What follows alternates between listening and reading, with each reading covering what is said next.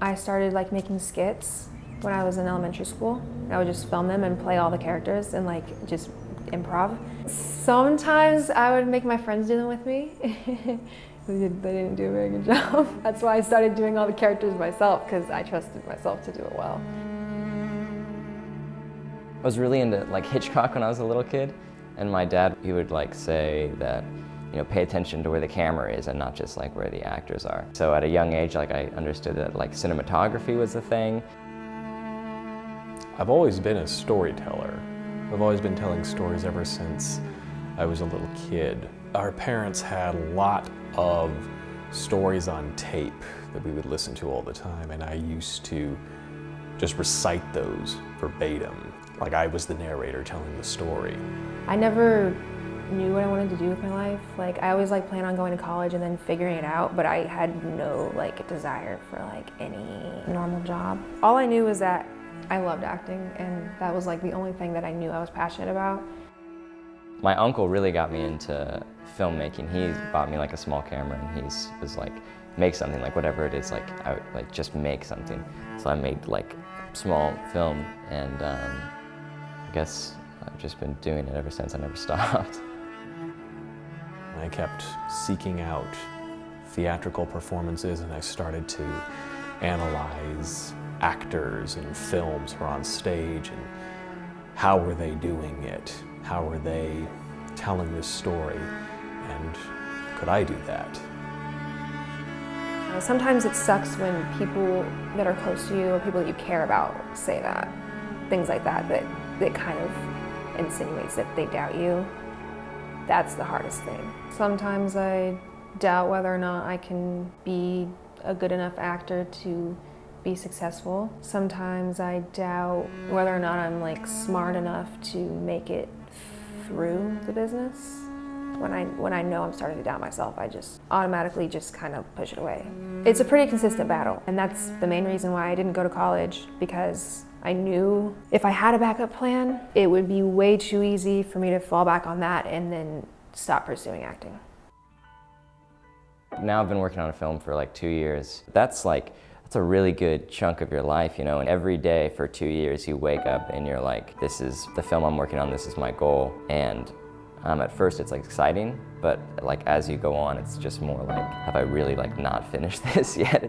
Since I've been working on it for so long, the fear of it not being as good and the fear of it failing is just that much bigger. If it was something I just kicked out in like a month, if it sucked, who cares? But since this is 2 years of my life, and maybe like the prime, you know, years of my life that I'm spending making this film, if it's not good or if it doesn't live up to my expectations or other people's expectations, then it feels like way worse.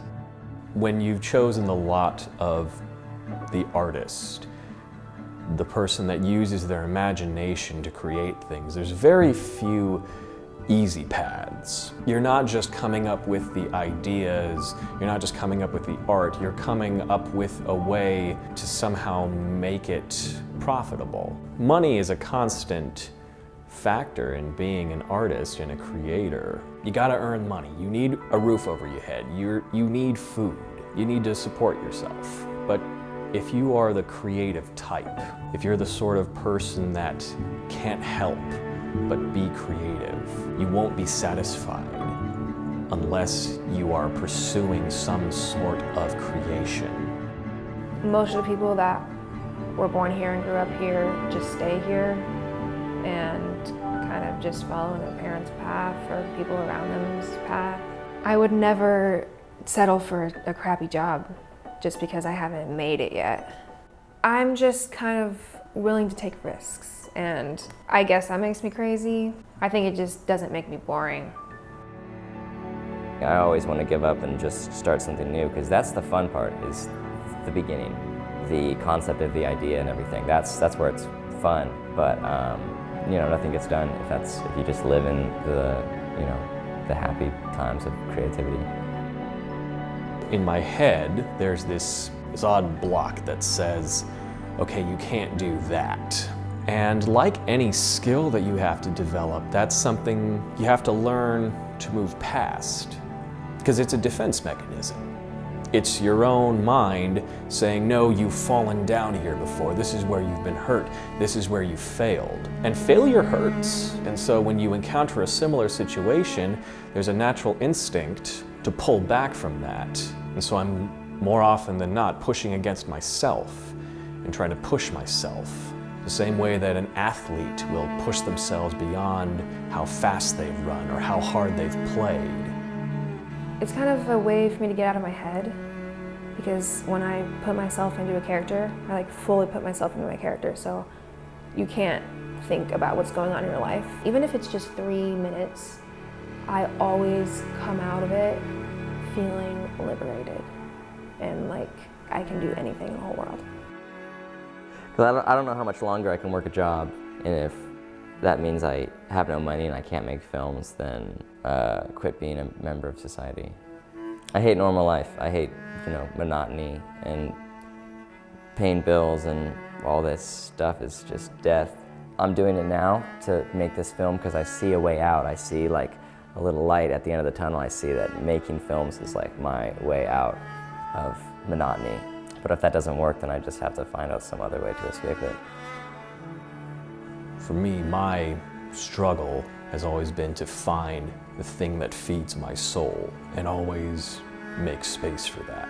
Aim myself in that direction as much as I can. As an actor, there's a lot of rejection. That's most of the job. That's nothing new. Everyone goes through that. But it doesn't mean that just because you've been rejected a few times that you stop. If the path of creativity is the thing that feeds them, then they will keep pursuing it. And being rejected a few times will not be enough to stop them. If it's the most important thing to you, and you can make a living doing it, then I'd say go for it. And if you fail, keep trying until it's not that important anymore. I know that eventually I'm going to get to where I want to be. And like the only way to even get to where you want to be is by not giving up or settling for something else. I would say if you're gonna do this, if you're gonna be serious about your art and about your craft, you cannot do it without being willing to sacrifice. You have to sacrifice so much to do what you love, to be passionate about something. To me, I just feel like if you're gonna go for something, you better go 100%.